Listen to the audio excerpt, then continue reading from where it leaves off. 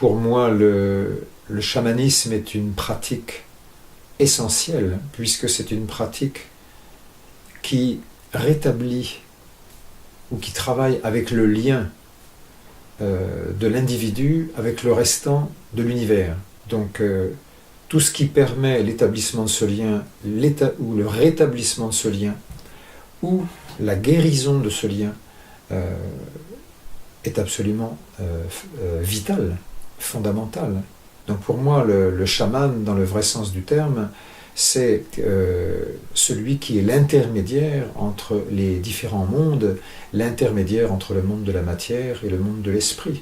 C'est le travail du chaman de faire du lien, d'aider les personnes à se reconnecter à leur nature profonde, qui est d'être des êtres de lumière, aspirant à la lumière, aspirant à la paix, aspirant à l'interdépendance, tout en aimant l'autonomie.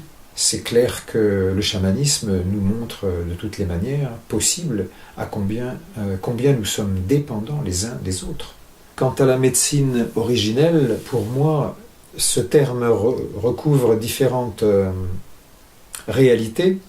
Dans le monde amérindien, la médecine originelle représente la personnalité, le pouvoir d'être soi et le pouvoir de faire d'un individu. Chez les Sioux, par exemple, Lakota, on dit que quelqu'un qui se compare à quelqu'un d'autre, c'est quelqu'un qui a perdu sa médecine originelle, quelqu'un qui a perdu le sens d'être un être particulier, unique. Donc ça veut dire que, pas forcément qu'il a perdu la raison, mais en tout cas qu'il est perdu en lui-même, ou qu'il a perdu des morceaux d'âme. En Europe, avec la psychologie, on parlera d'être déprimé, ou d'être névrosé, ou d'être obsessionnel.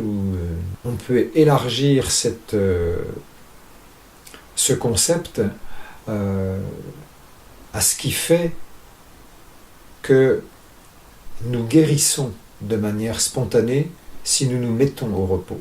Lorsque nous nous coupons en épluchant nos carottes, nous n'avons aucun ordre à donner à la peau pour qu'elle se répare. Et en 8 jours, c'est fait.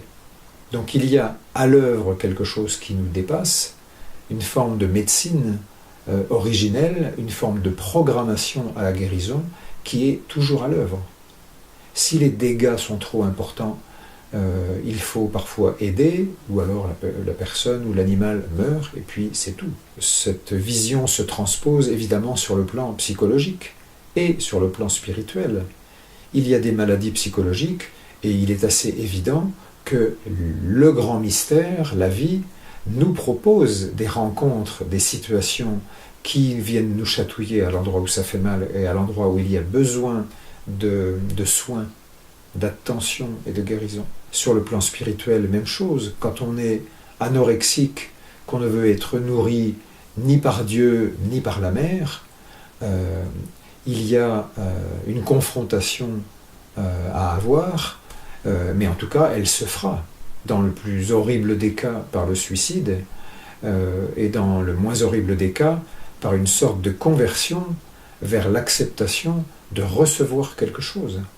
Que ce soit une énergie subtile comme le prana, ou l'amour, ou alors de recevoir physiquement des nourritures terrestres.